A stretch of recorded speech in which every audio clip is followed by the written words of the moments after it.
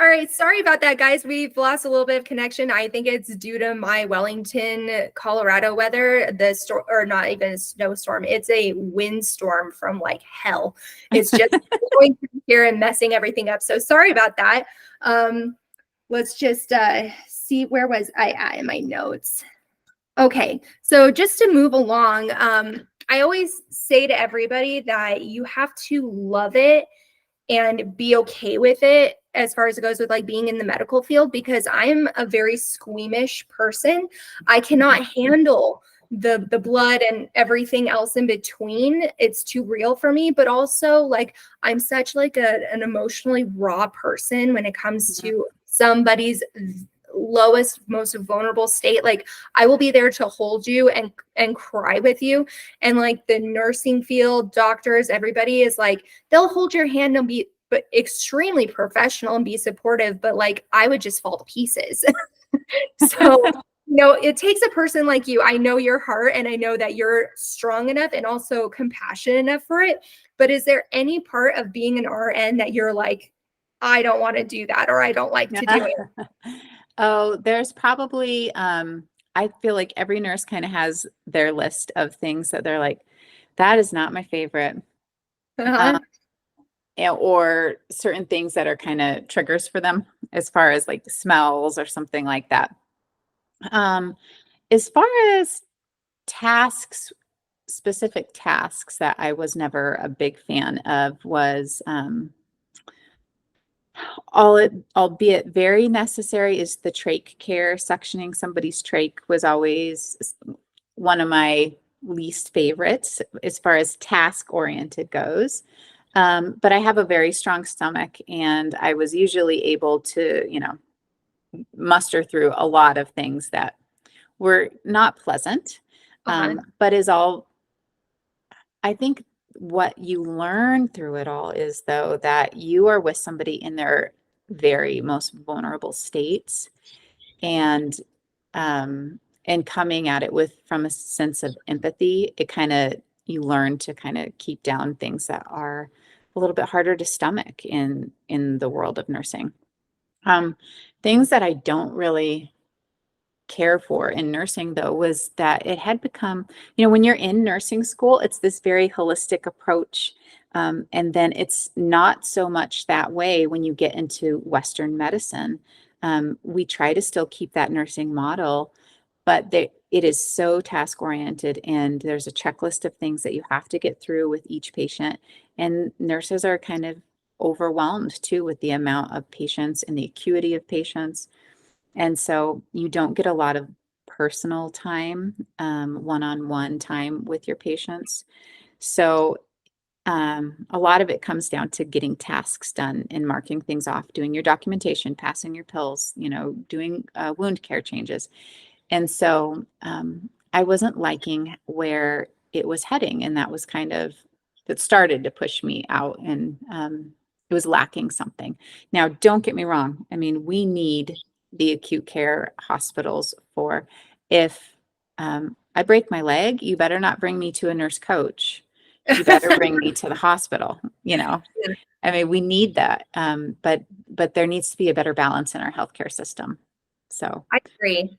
Because, talking with Ashley Regal, who we've talked about intermittent fasting and that approach, in just like a sustainable lifestyle that can kind of reverse things that a doctor could treat with medication, albeit like, blood pressure, and like, I'm not a nurse coach or a doctor. I'm just saying there's definitely different lifestyles that can help treat these things and get you on lower doses or completely off of these medications with just changing your lifestyle up. So this is why I love the holistic approach. It's almost like your body healing itself with the tools that you can give it, as opposed to, just insurance and like doctors and all of these things that can just kind of start through you first. And I mean, if you do need it, like you said, we do need doctors. I agree wholeheartedly. But if you can try to do it yourself, like, why not? It's free. And it's also, just changing your priorities, I think. Oh, yeah, absolutely. Um, yeah, like to your point, I mean, doctors are wonderful. We need them, but Yes. um, I love nurses. My heart is for nurses. And I think some of the power has been taken away from nurses. I know even through myself, you get kind of nervous about like, oh, am I operating within you have to stay within your scope of practice as a nurse. And you don't Mhm. want to, they pound it into your head that, you can't do this, you can't do this, you can't do this. But there's so much that you can do as a nurse and so much effect that you can have in your own life, your family, and then it's a ripple effect, right? Mhm. And so if we have nurse coaches out there that are working within their communities, even if it's just you learn this way of nursing, it can affect your approach of care in the hospital too. And it doesn't have to necessarily be in a private practice like I have, but it's a beautiful way to approach caring for patients and clients. Yeah, absolutely. Um, with all of that, like, what exactly made you take the leap to start your own company? Um, the made you, yes, I'm sorry. You're fine. My mom brain, if you have any suggestions for my mom brain, I could use a lot of them. Okay. What made you take the leap to start your own company? Oh, yes. So this is totally new to me as far as entrepreneurship, starting a company. Um, and really it starts with where I was at as far as when you asked me what didn't you like about nursing? Mhm. Um, it was really the sick care model that I was working in. And I had been within, either hospital settings or surgical um, settings the whole time.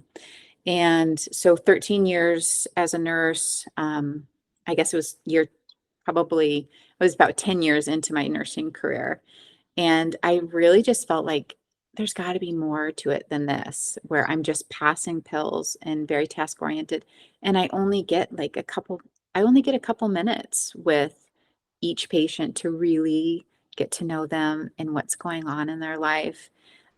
There's so many things that are going on in people's lives now that if you don't have the time to build that relationship and get really curious about what is affecting them and their family, there's so many things that we have coming at us that you're probably not going to make a big impact on how their health and wellness outcomes are going to turn out.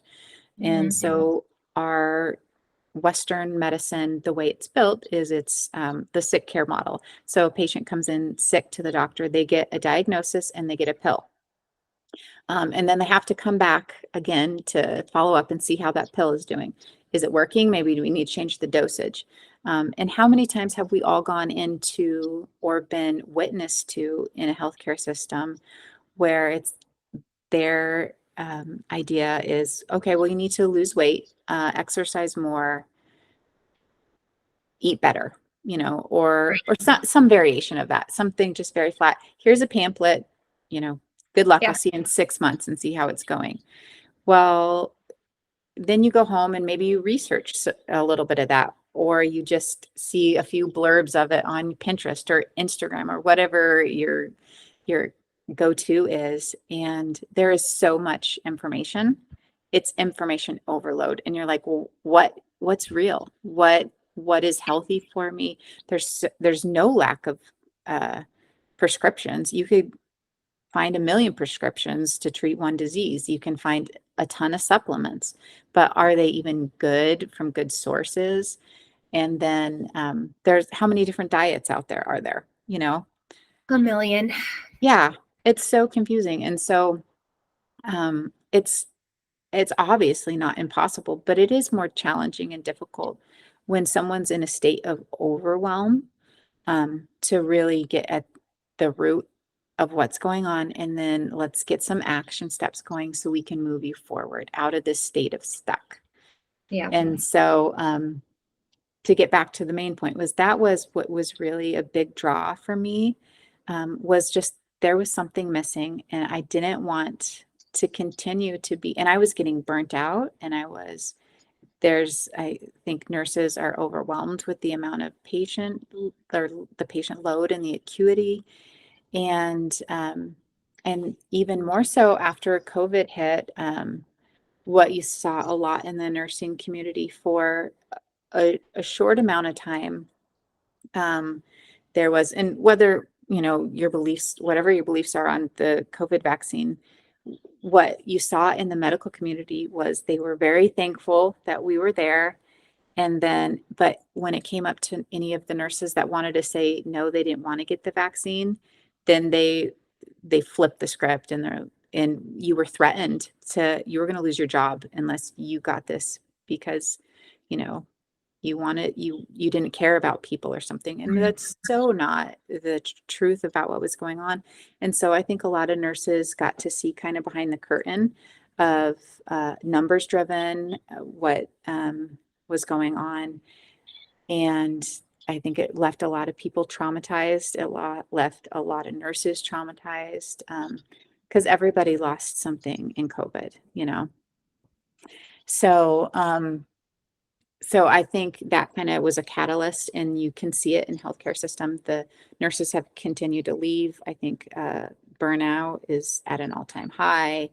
So I did. So I had kind of gone through the ringer of all those emotions, and then I kept thinking there's got to be something else. And so I found nurse coaching, and that was a couple of years ago. And I am always a girl with, like, I got to have a plan. It has to be really solid before I'm ready to move. And that comes a little bit, some of the things I've gone through in my past, but I wasn't quite ready to take this step out of the traditional model of nursing in healthcare. And so I had the opportunity and I totally think it was a God thing. He gave me the opportunity to become the director of nursing of a small surgery center. Part of me really loved being the director of nursing, but I was getting more and more burnt out. There was some things about it. There was some toxic leadership there. And I just got burnt out. And I think God let me see, okay, you can see what the director level position is. So you could, would that be okay for me? But because my mind was just like, I just needed that reassurance that no, it doesn't matter what level I'm at, I need something more. And so then I took the dive to leave traditional medicine and go into nurse coaching and get the training and education certification around that. So it's fantastic. It really is. And I've said it before with a lot of my friends and the women that I have recently interviewed, just investing in yourself and also being brave enough to step into what you believe is where your calling is, where your passion is. And it's exciting. And it's also very scary to let go of the steady paycheck. It is scary. Oh my gosh, yes. I mean, that whole aspect, like my husband and I told him, I said, we're only going to start a family if I get to be a stay-at-home mom because of X, Y, and Z. And, financially made sense to me because daycare costs an arm and a leg, and minimum wage here is not going to be able to pay for it. Or I'm going to pay for it, but my child's going to be watched basically for free because it doesn't balance. So, like taking that leap on yourself, and also just like being like, okay, it's scary, but I'm going to do it scared, and I'm going to, move forward. It's so rewarding. You feel like you've gotten your roots, you know what I mean? Right into the ground. Right. Because that's how I've been living my life. I feel like I've been floating around like, bartender. I was in management at the Westin Hotel at some point in my life, and like all of these things, and I never felt great. I never felt solid until I started to do what I'm doing right now, which is blogging, which I don't even know where it's going, but I'm like, it has to go somewhere really great because it feels amazing right now. And it will too. I mean, that's right. I mean, when you start living in your purpose, Mhm. it's such a blessing. It's so amazing. It's so fulfilling. And so sometimes it takes, I mean, look, how old am I? And it's taken me this long to, but it's part of the process. It And is. there's a journey and there's lessons to be learned all the way to the end. In all of it. It's personal, it's, the career, like I think we've all just gotten our, face kicked into the dirt and being like, well, crap, I got to get up and shake this one off. Yep. Yep. Well, I was looking at your website and I have to grab my notes for this because I'm quoting on here. Yeah. It says that you offer support for including finding resilience and joy after trauma and abuse, weight loss, life after a heart attack, corporate wellness, balancing life as a working mom, and taking control over a new diagnosis. And all of these things are coming from a very personal place for you. Can you talk about a little bit about what your life experiences have been to get you to be able to support people in this area? Yeah. I think that we probably are most effective in helping other people when it's a place that we've been, oh, I've been down that road before. I don't have the exact roadmap that you're going on in your journey, but I've been something similar. Mhm. And so all of those things are either coming from a place that I have specifically been through or just very dear friends or family that I've kind of helped support it through. So, the big one that you started with was finding resiliency and joy after trauma or abuse, which, of course, they come together. That's something that I lived through. I spoke about Mackenzie, my first daughter, who I was just 18 when she was born. And I married my high school sweetheart about 3 months after she was born. And so we had three children together, Mackenzie, Caleb, and Lillian, and talk about wonderful kids and kids that are resilient. Those kids are Mhm. resilient. They're I think beautiful. Your kids they, are beautiful. I, I agree. I know I'm biased on that, but um, they're truly just such good hearts, just good people. Um, but so we had three kids together. We were married for almost 19 years. Um, and we were babies when we got married. I was 18 and he was 20. And we had been together a couple years before that too. So there's a lot of change and a lot of growing up to do in those years.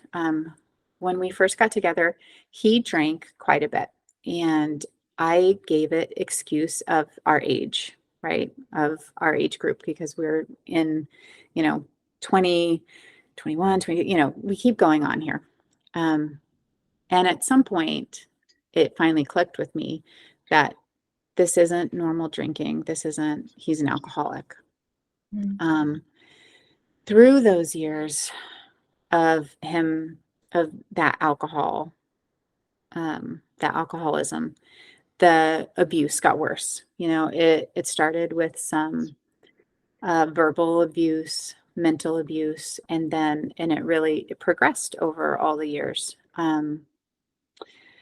So it took me a very long time to get to a place where I was ready to leave. Um, for a long time, I kept thinking if I was just enough, or if I could do something, say the right words, I could get him to stop. And a tough lesson to learn, but you certainly can't make people change. You can, you can partner with them, um, to be a support system. And I think being so young, I was pretty naive to what was probably the best way to go about inflicting some of that change, or maybe having that effect in that change for him. Um, but it certainly never hit home, and it got worse and worse, and it progressed. And there was some, very dark times during that. And I I put so much energy and so much of myself into kind of to making wrapping up this little perfect present on the outside, so nobody knew about it. Mhm. With alcohol, there comes a lot of shame in it, even though it wasn't my alcohol use and it was his alcohol use, it was still in our family, and I felt a lot of shame about it.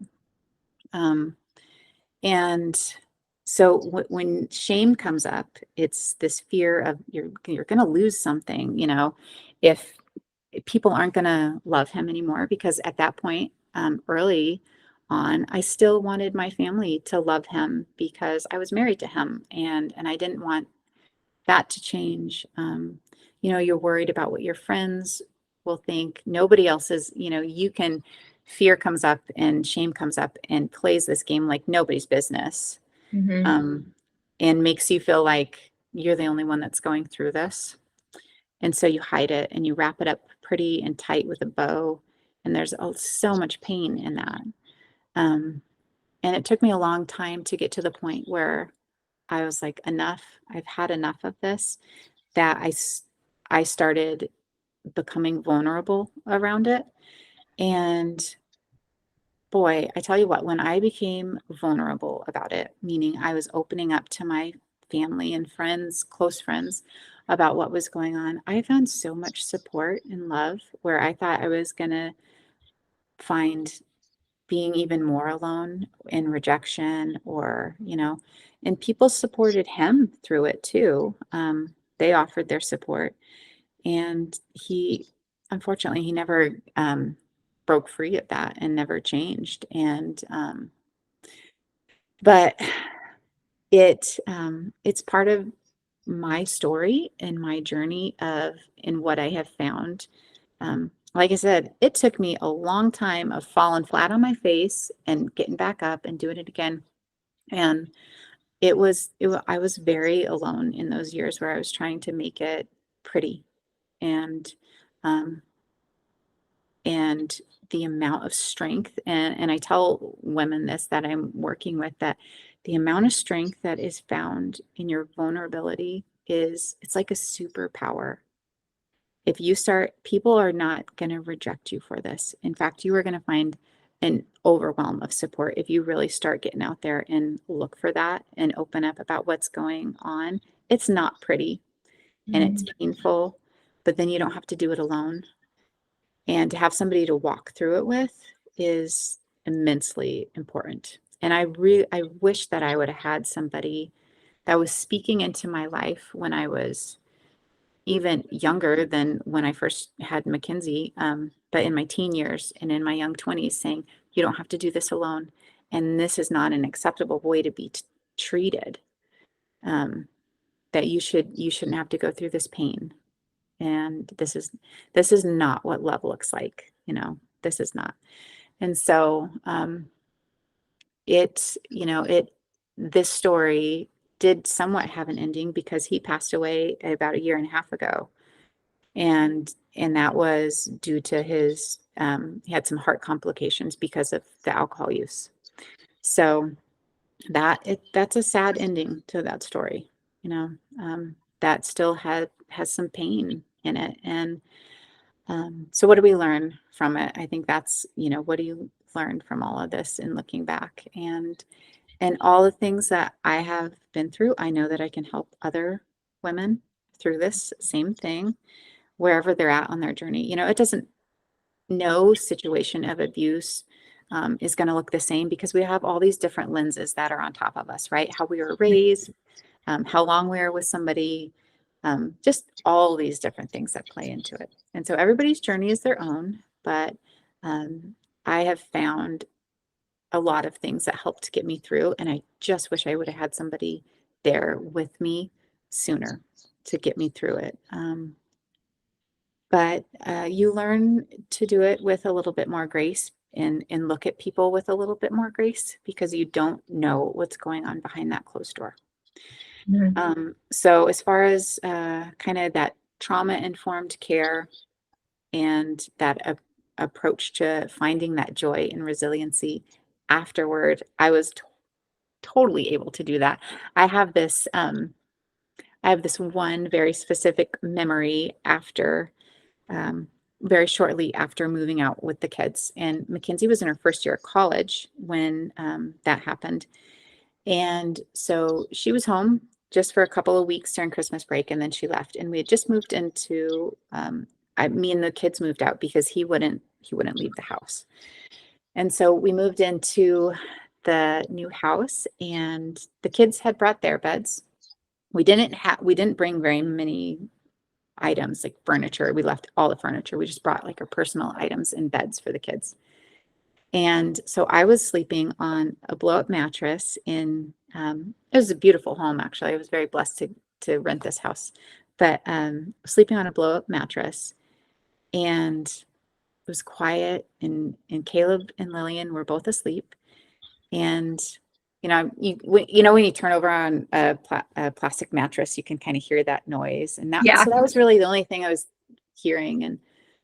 And I just had this huge, immense amount of peace like come over me, that like nobody was coming through that door tonight for whatever that was going to bring, you know. Um, and I had put an end to that. And Mhm. so choosing to get out of abusive relationships is okay to do. And I wish somebody would have told me that earlier and held my hand through it, really. Yeah. But the Lord was, in my faith carried me through that, even when I was crying and scared and alone. He was still there in it, and he didn't leave.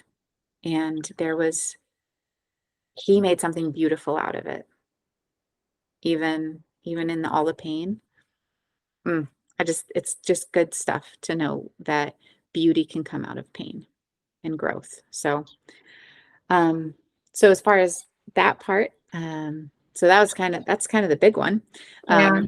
But and so many women have had traumatic experiences or been through some type of abuse Mhm. that um, I think everybody could really benefit from having a trauma informed care approach, to really be um, inquisitive about what's gone on in somebody's life so you can approach them from the best way forward for them.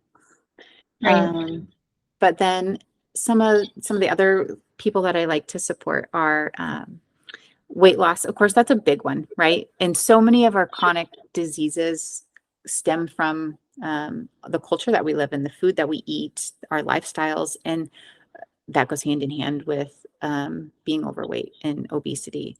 And so coupling with somebody for that purpose, for let's see, for corporate wellness, that was one that for me, I just was so burnt out in being kind of in the upper leadership, but just as a nurse too. And so I think if we could bring that into corporations as well too.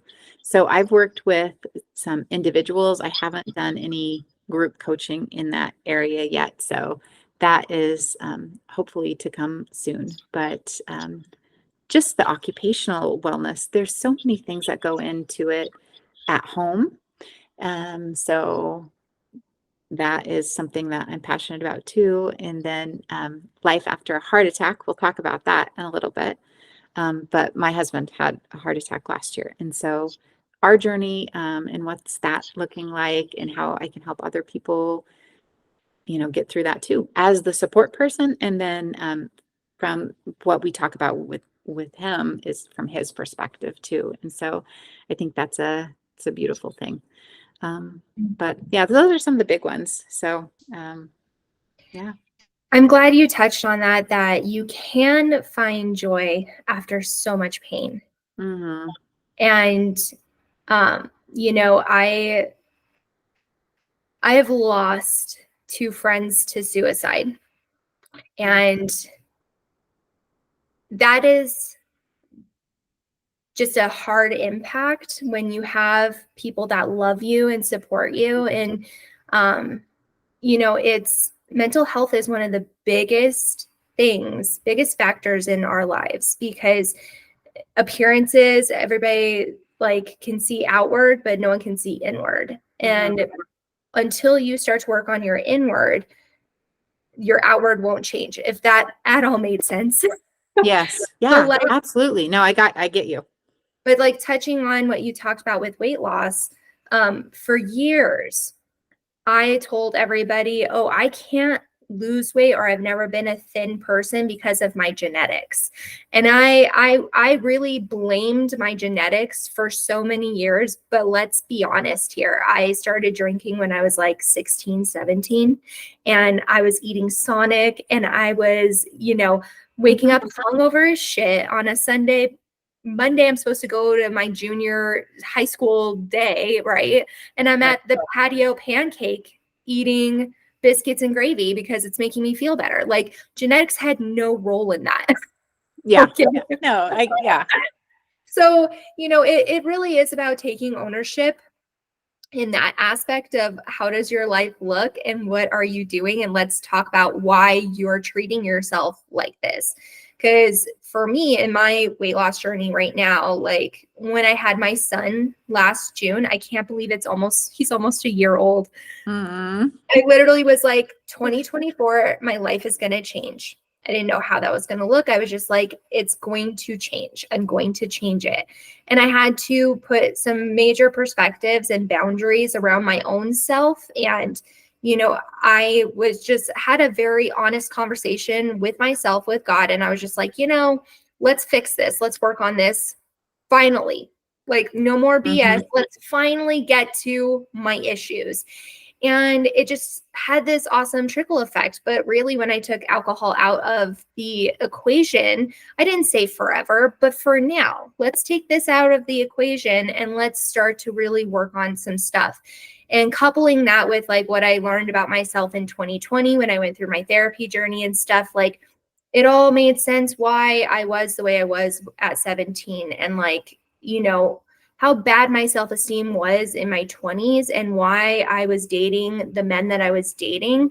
I definitely allowed abuse to walk through my life. I allowed things to happen to me because I thought, well, God, this is my only chance. This is my only chance of maybe marrying somebody because no one else is looking at me, but I'm dating him. And, we live together and like all of these things. And the pain I went through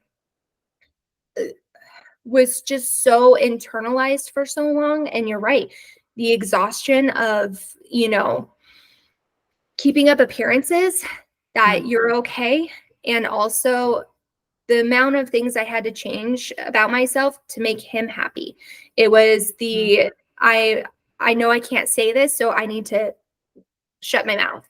I can't do this. I can't hug my guy friend because I know what's waiting for me at home. Like all of these crazy things. And it changes you because you're trying to completely alter what that person needs from you. And you're not authentic to yourself anymore.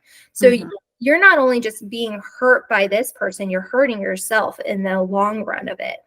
So when that relationship was finally finished, I remember I came out to Colorado for a visit with some friends. We're in Denver. We go drinking and dancing. And I remember just feeling like I'm not supposed to be doing this. I'm not supposed to be enjoying myself. And I shouldn't have dressed like this. I look like a slut. Like all of these things were coming in and it wasn't my stuff. It was that crap that, and so PTSD is real.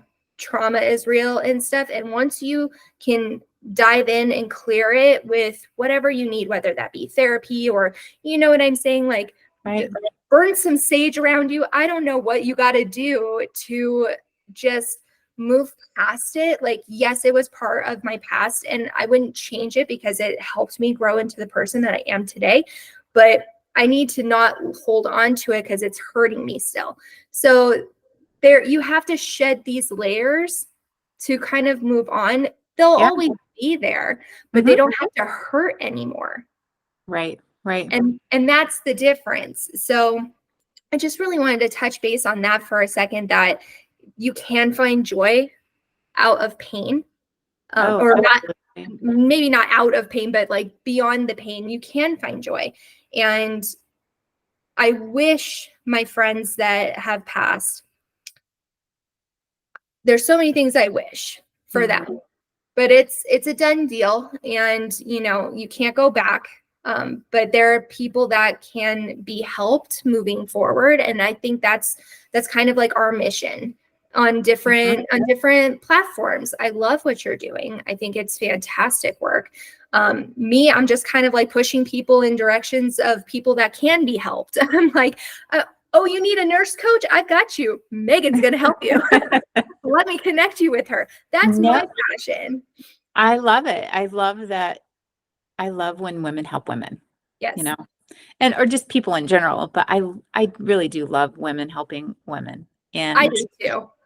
I just it's this beautiful picture because you think about like climbing a mountain together or something, and this next step is really hard. So you're looking up to somebody that's on the next level, and they're standing or they're leaning over and like offering you a hand up, and they're pulling you up. And then you get up to this next level and you can keep going, but it's a good thing to look back and see who else is down on the level. And so we just all keep helping each other up, right? And just Yeah. lifting each other up. Um, so let's just get away from, because there is a lot of cattiness in women and there can be. And Mhm, so let's get away from that and let's mhm. help each other. Because doing life alone, mm, it's painful. It is. And like I'm so grateful that I've decided to build a tribe behind Mhm. me and with me. And when you called me on Monday, I was so excited because I was like, "Ooh, another person wants to join my tribe." I'm excited. I'm stoked.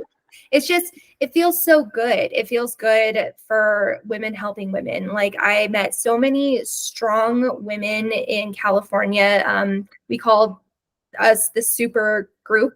We had super group meetings once a month before COVID. We all met at a person's place who hosted appetizers, all this stuff. And we talked about monthly goals. And like sometimes it was a cry fest. Sometimes you just needed to be like, I don't have a goal. I just need to vent and cry and be okay. But maybe next month we'll try again. But it literally is just, it's good to have a community. And, if you Yeah. can find that in your coaches, it's even better because you are obviously equipped for this type of stuff. You are getting your degrees and licenses, whatever it is, but like you're a professional, but you also are a friend. And, I love that part of you. And I'm just so grateful that you're here today talking about this because I hope this blows up. I hope like everybody finds out what nurse coaching is because it is fantastic. Yes, I do too. I am like, oh, it's great. It's such good stuff. So Well, like I texted Sarah and I was like, hey, my blog is up. I know you're not on social media, so you need to go look at my blog, but I'm also interviewing your sister tomorrow.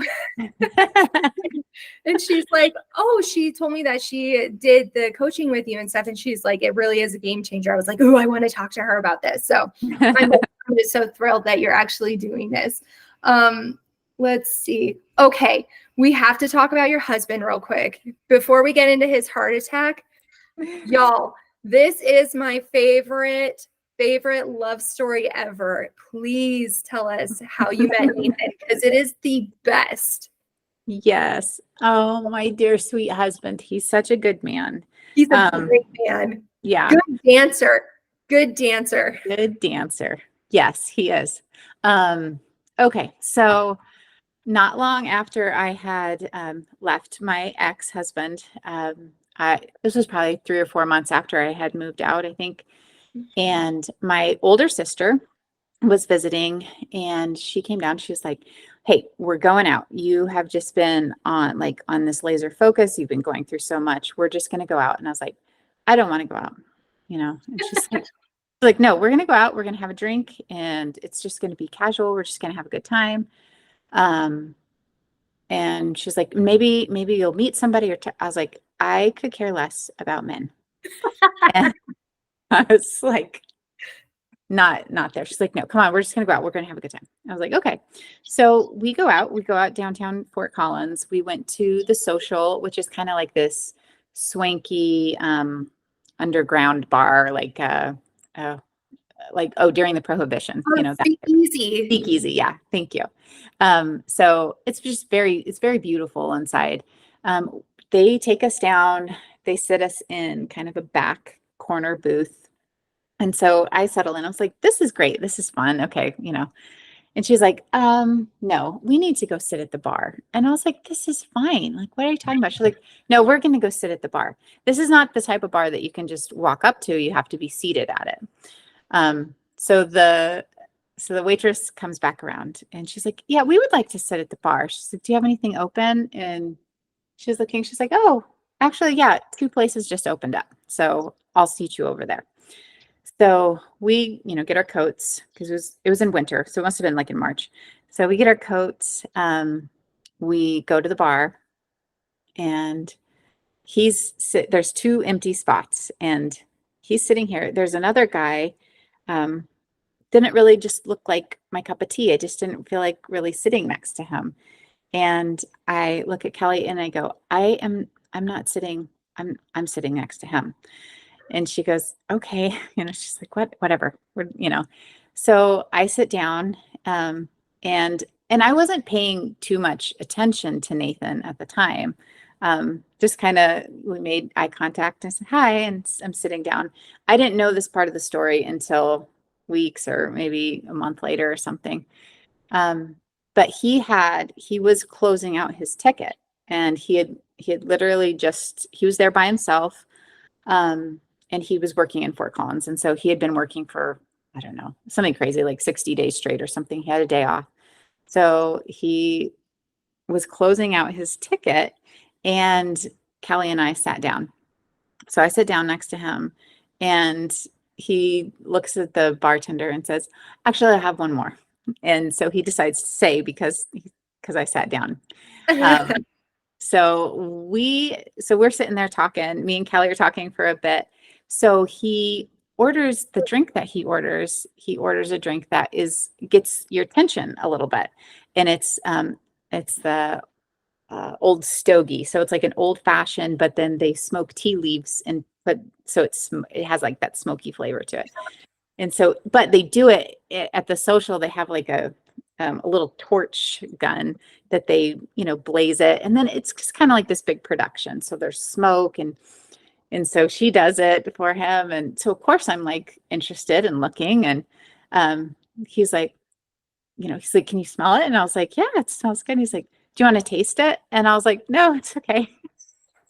What are you doing? I don't want to taste your drink. I don't know you. But I was like, no, it's okay. He's like, no, you can have the first drink. So, you don't have to drink after me. I was like, okay. So I taste it. We get to talking and we talked for at least, it was over an hour and I'm turned and talking to him the whole way. Just a lovely human being that he is. He's just wonderful. And what is so funny is that he was very much so kind of in the mindset of like women with children are great. But he just wasn't interested in marrying someone that already had children. And so he likes to joke about God was like, oh, you don't want to marry a woman with children. Well, how about a woman with 3 children? And so, but I remember this moment, like while we were talking, we were just talking about our past. And I said, yeah, I'm going through a divorce right now. And I asked him, I was like, do you have any kids? And he's like, no, I don't have any kids. And I knew the question was going to be reciprocated and he was going to ask me that. And I was like, oh, that's where I lose him because he doesn't have any kids. And he was like, what about you? And I was like, yeah, I have 3 kids, 3 great kids. And he's like, oh, okay. And so, after about an hour and 20 minutes of talking, my sister is tapping me on the back. The guy sitting next to her is driving her crazy. She's like, I don't care what you do, get his number, do whatever. We are leaving. I was like, okay. So then we went to, so I go to get his, I was like, we're going to head out. We're going to go over to the Sundance and go dancing, which is like a country bar as much, Fort Collins offers that as much as it is. Yes. And he goes, oh, okay, well, do you mind if I get your number? And I was like, sure. And so he goes to put it in and his phone dies. And he's like, you're not going to believe this. I was like, how about I'll get your number and then I'll text you where we end up. And I did. I text him, and about 20 minutes later, he shows up over there. And then I had never really done the two-step but he grew up in Texas. And Oh, so, Lord. yeah, so that was right up his alley. And so we danced and just hit it off. And, the rest is, here we are, married 5 years, 6 years later, 5 years later. And yeah. And talk about, he is just the most wonderful man. And he's such a good dad, especially to Lillian is the only one we have left at home. The others are grown. The other two are out of the house. But he has just taken on this role of dad. And like I said, I didn't know what love should look like, especially like within the context of a marriage. Mhm. And in that he's the epitome of it. He is filled with so much grace for me, because a lot of the things that survival mechanisms that I learned in my first marriage and through that abuse, they don't serve me any longer, but they still try to creep up and take control. And so I have to constantly keep an awareness and mindfulness about that. Mhm. He is just filled with so much grace and love for me in going through that. So He is so funny. He's so sweet. Mhm. And I mean, from what I remember, like being so young and doing sleepovers with you guys in your bedroom and stuff, this was before you had Mhm. Kenzie. And I don't even remember like you with Shane. Like it's such a blur for me, because one minute you were living at your parents' house and then you were gone. And I felt like I hadn't seen you like around or like at all, because I knew you were off and married and doing your own thing, but when we reconnected at Sarah's bachelorette weekend, Mhm. one of my favorite trips, I had the best time. And I swear there was a ghost in that cabin. I swear. That ghost started the fire on. Fire. Yes, y'all, real quick on this story. We're all down in the fire pit enjoying ourselves. Kaylee went into the house for like another drink or to the bathroom, and I'm like right behind her, like yards away. And I walk in and there's smoke everywhere, and Kaylee is putting out a fire. Someone left a bag of marshmallows on the flat top of the stove, but like who turned on the stove? Nobody knows. But I will never forget Keely putting out the fire. And I was like, what the hell is It was so smoky in there. that was oh, it took forever. And it was cold. It was cold. We had all windows open, fans on. Everybody's airing out. Ran out and I was like, you guys, there's a fire in the cabin. Oh no, that was weird. But nevertheless, I just remember getting to talk to you, and I think you were engaged, right? To Nathan at that point? Were we engaged? No, I don't think Oh, so. No, okay. we weren't So engaged yet. we were just But talking about, I kind of knew that I had a pretty good inkling that we were getting married. That's where this was going. yeah. Well, like we were just talking about how wonderful he was and how much Sarah loved him. And every time you talked about him, like your smile was like ear to ear. Like you were just glowing with happiness. And I was so happy to see that with you. But of course, you never know until you actually meet the man, right? And Right. then I meet Nathan at Sarah's wedding, and what a jolly person. Like, Mhm. he is just so fun to be around, and seeing you guys together was just like, there's the puzzle piece. There's a puzzle piece that you had been wanting or needing in your life. Like you complement each other so well. And watching you guys dance on the floor, I was like George and I, we're just over here drinking. We're like, dang, we ain't getting out there. not with those two on the floor. We're gonna look like a bunch of idiots. But I just love your energy together, and you guys complement each other so well. And it really goes along with the theme that we were just speaking on, which is, you know, finding joy after your pain, finding Yep. the bliss after the trauma. It can happen. Mm-hmm. And it does happen. You just have to put in the work in yourself, and you know, life will surprise you. And I love your guys' meet cute story. I think it's one of the best, because if it had not been for Kelly, Mm-hmm. not only forcing you out, but also out of a comfy booth that you were like, oh, I'm good here. Like, I mean, that girl deserves, like, I don't know, a lottery check from you. I know, like, yeah. And she's like, I am so happy for you, but how the heck did you meet your husband on the first night you ever went out? Like, I was like, I It's don't know. God's It was path. God. That's what Yes. it was. Yeah, it's God's path. Like, my husband and I, we talk about fate all the time and stuff. His father had like a really traumatic experience. He was in the wrong place at the wrong time, but the person that saved his life was exactly where he needed to be. And Mhm. I mean, it's just one of those things where it's like God just kind of paves the way for not only yourself, but also Nathan. Nathan was ready to leave, and Yep. he ordered a flamboyant drink to get your attention. He's like, I'm gonna shoot off a flare that's gonna like explode over here, so she'll turn in my direction, which I think is so amazing. Mm-hmm. Yep. It was, yeah. I just love it. I love that story so much. And, you know, we're going to get back on track, because I could talk to you all day long I about know.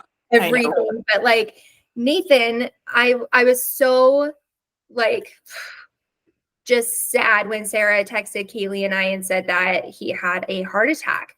And she said that, you know, the whole family has decided to change like the diet plan and stuff in support of him. And I mean, it's just, it's, you guys are too young to be going through this, in my own personal opinion, but apparently heart attacks are as common as a 30-year-old walking in, right? Yeah. Yeah. And that's Absolutely. insanity to me. So, Absolutely. um, It's definitely the culture, our culture that we live in now, that this is happening, you know, to it's not just, 60s, 70s, 80s, it's right. 40s, 30s. So, Well, how has it affected you guys besides like, you know, changing the diet and stuff? Like, how has it affected not only like the household, but like, how did it affect Nathan? yeah. So, I'll speak to the portion of it that I know. I don't ever like to put words in anybody else's mouth, but um, it's kind of a slap in the face for reality, right? Be Mm. like, you have this picture of where you're at with your health, and you're like, oh, I could probably improve on some things, but you know, I'll start. We're actually getting ready to like hunker down a little bit more on our diet, like that following Monday.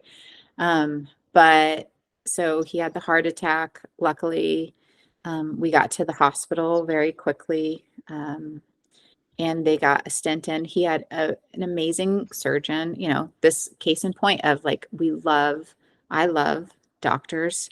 Um, Yes. don't take me to a nurse coach if I'm having the heart attack. Take me to the ER. And Yes. he was a brilliant guy. And we really, so at home, what we changed was, it was really a lifestyle change, and lifestyle design around healthy eating. As far as what we changed for us was, we went pretty strict to try to turn things around for Nathan. And it's case in point again that it's so much easier if you have someone to partner with, or someone to walk a path with you, what your chances of succeeding at it, right? So Mm. we switched to a plant-based diet. Primarily, we eat a little bit of fish too. We cut out grains, and we don't really eat processed sugar. We don't eat very much processed foods at all.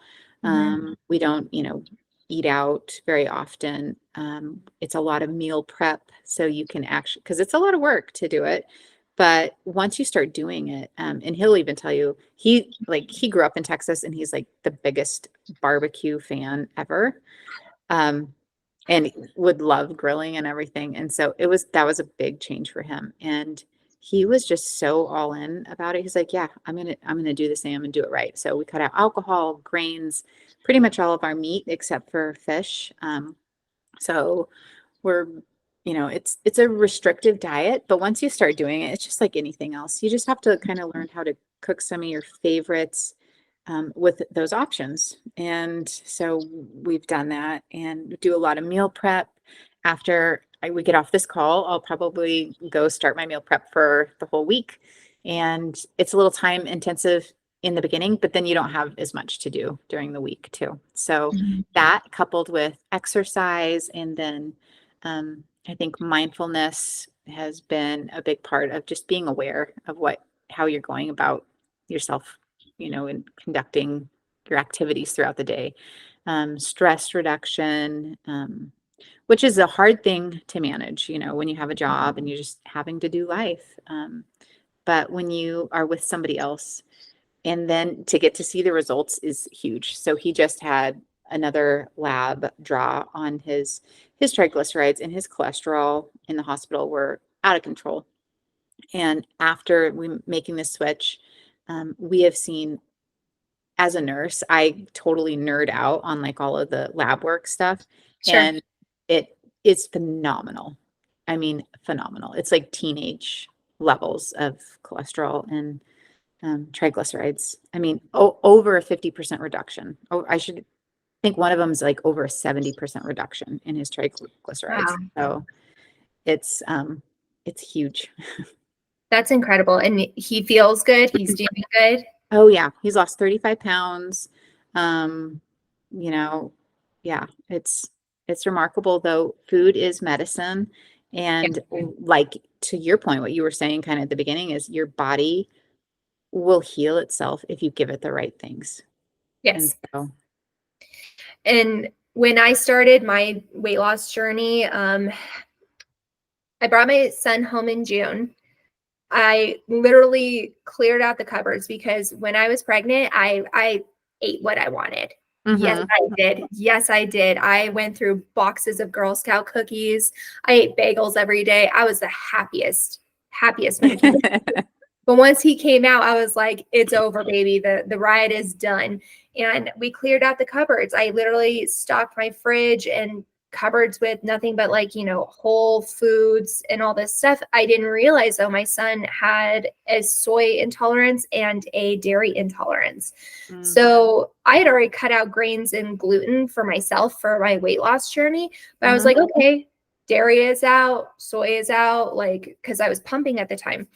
But then all of a sudden, my digestion has never been so good, right? And literally was like, I have struggled for so long, and maybe it is the dairy, maybe it is the soy, whatever I've cut out, it's working for myself. So I'm going to continue that. Well, I stopped pumping at 10 months or not 10 months, excuse me, in October. I'm thinking of the month of 10 months, whatever. Anyways, once I was done pumping, I was like, oh, I could go back to dairy if I wanted to, but I feel so good. I don't want to mess this up. And I love cheese.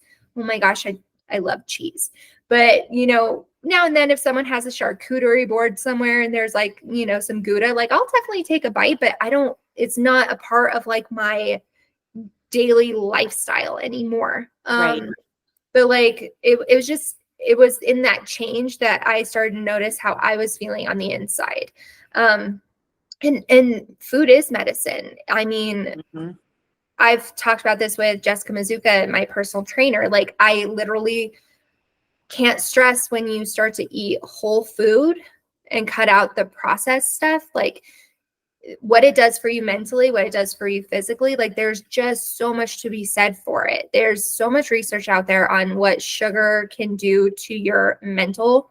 I think it was Kevin Smith. He had a podcast on it. He said that there was two x-rays next to each other. One was a person detoxing from cocaine and the other person detoxing from sugar.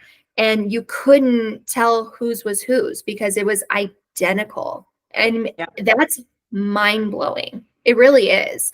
So, what you feed your body will really just come out in all forms, mental, physical, all that stuff. So, food is definitely like a game changer. And like, I'm so happy that you guys were able to get like his lab work looking so much better. And, with a scare on himself, I'm sure he was like ready for that change, because how scary to go through that. 1 minute Right. being okay, like the day before being completely okay, and then the next day you don't feel good, and now you're in an operating table getting a stent put in. Like, Mm-hmm. I'm sure he was like, sign me up, Megan.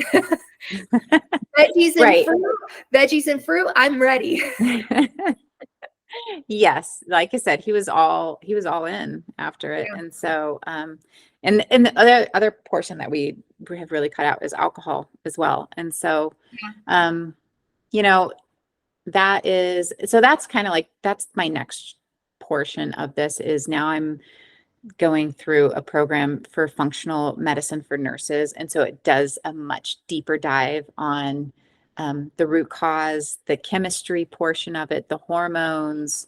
And so I'm doing that so I can better serve clients and patients. But like I said, can kind of nerd out on those things. And so, and that's something that I've struggled with, is hormone balance. And so I've been on a journey too, to get that balanced holistic naturally, Yeah. And so but yeah. Yeah, I know. I'm working with my sister right now on balancing my hormones and stuff. It's wild what women go through Mhm. monthly, and then after babies and stuff. It's wild what we go through. I So know. balancing hormones is a big deal, because you could literally eat healthy and exercise and your body may not shift whatsoever. And that's when Right. people get extremely depressed, but also like they want to quit real fast, because why put in all this effort? Well, Right. there's something going on internally that you can look Mhm. into. So Right. don't just stop. Let's figure X, Y, Yeah. and Z out on top, because I've had that journey. You obviously know what that journey looks like. For a lot of people, that's how you're helping people. It's Yep. just incredible. Everybody needs to feel good and live their best life. That is just the law of the jungle, in my opinion. Everybody deserves a good life, and putting love into themselves, and just, trying their best. That's all. Yep. Yep. Um, just with like your company, Still Waters, you do private coaching and group coaching. Mhm. So, what can people expect with those services? So group coaching is, it makes it a little bit more of an affordable thing to be able to, and to reach more people. So we can do that, as long as you have, about a group of 10 to 20. I think it's fairly effective. And that's over the course of 2 hours. And then I'll run different groups for maybe like 4 weeks or 6 weeks, and offer the group coaching, and then finish up with one session at the end that's one-on-one.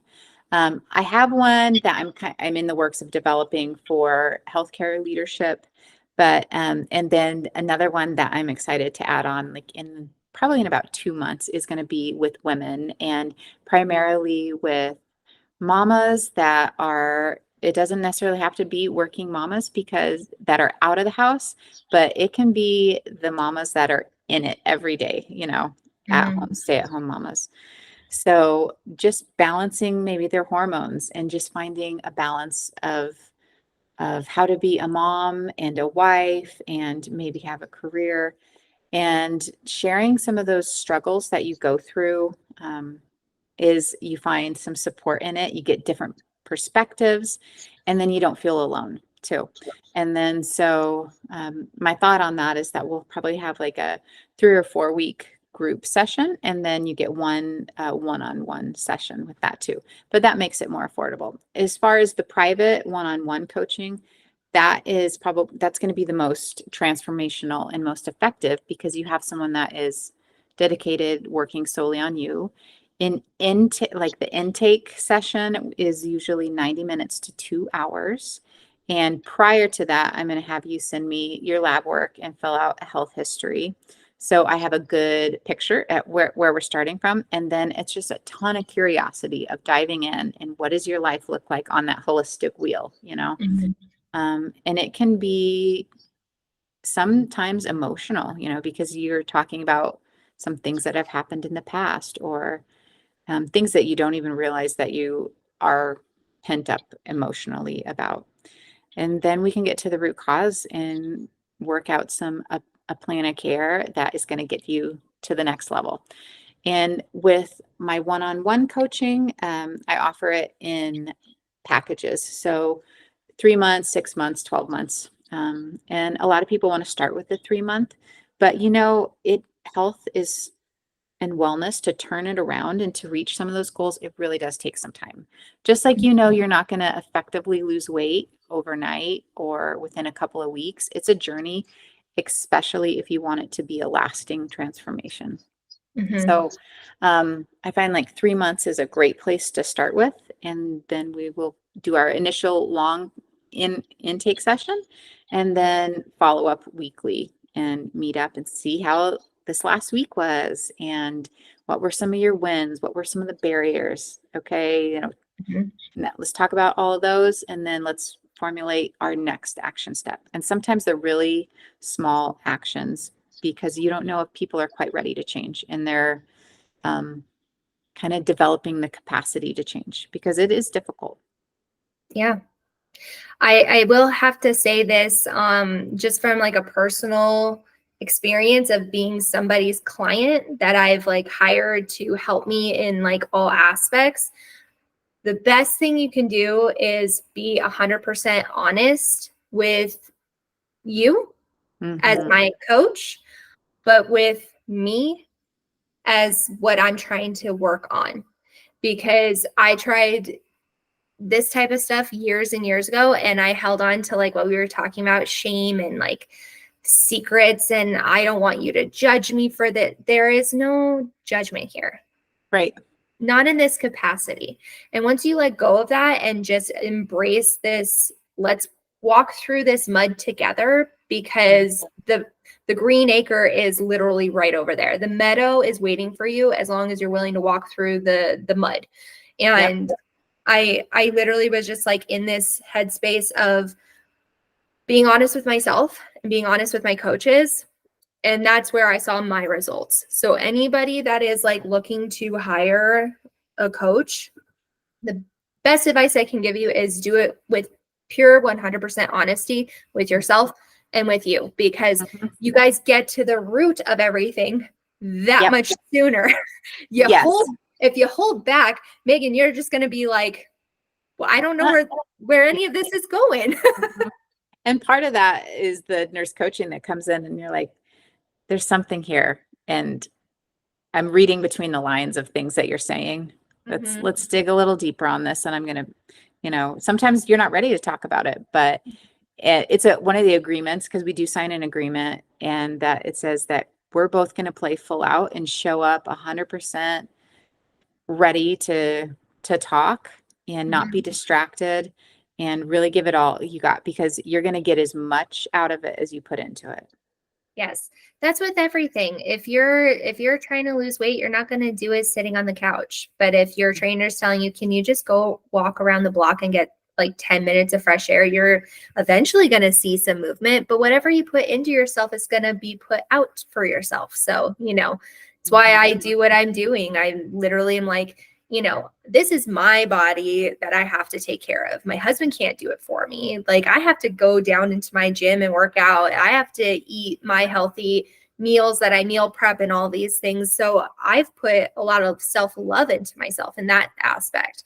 But Right. when I'm working with my therapist, I literally was like, okay, here's my novel, here's my open book, read every chapter. I don't care anymore. Like, I just wanted to get through what I needed to get through so I could go to my meadow, because I was tired of being stuck in the mud. I was just so Yeah. tired Yep. tired and I love that this is such a safe space for people to really embrace that part of themselves that I think everybody wants that happiness, and you're kind of in charge of that happiness for a lot of it.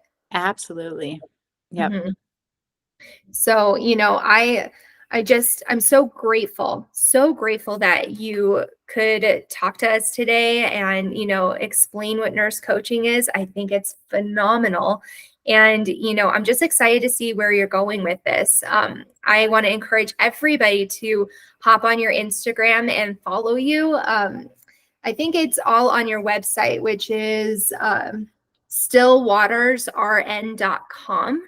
Yep. And you can also subscribe and get your weekly health tips. As soon as I saw there was a subscribe button, I was like, "Ooh, yes, I subscribed." Like, I want some weekly wellness tips because I'm all about Yes. that. But I'm just so blessed to be able to have had this conversation with you. It's been so amazing. Thank you so much for sharing this with us. And I hope you are going to get some clients because I think it's just phenomenal work that you're doing. I think you're going to help so many women. Well, thank you so much again for giving me this opportunity to talk about it.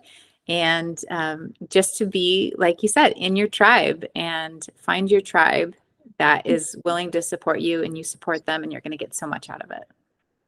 Awesome. Well, thank you again. And I'm going to talk to you soon. Okay, sounds good.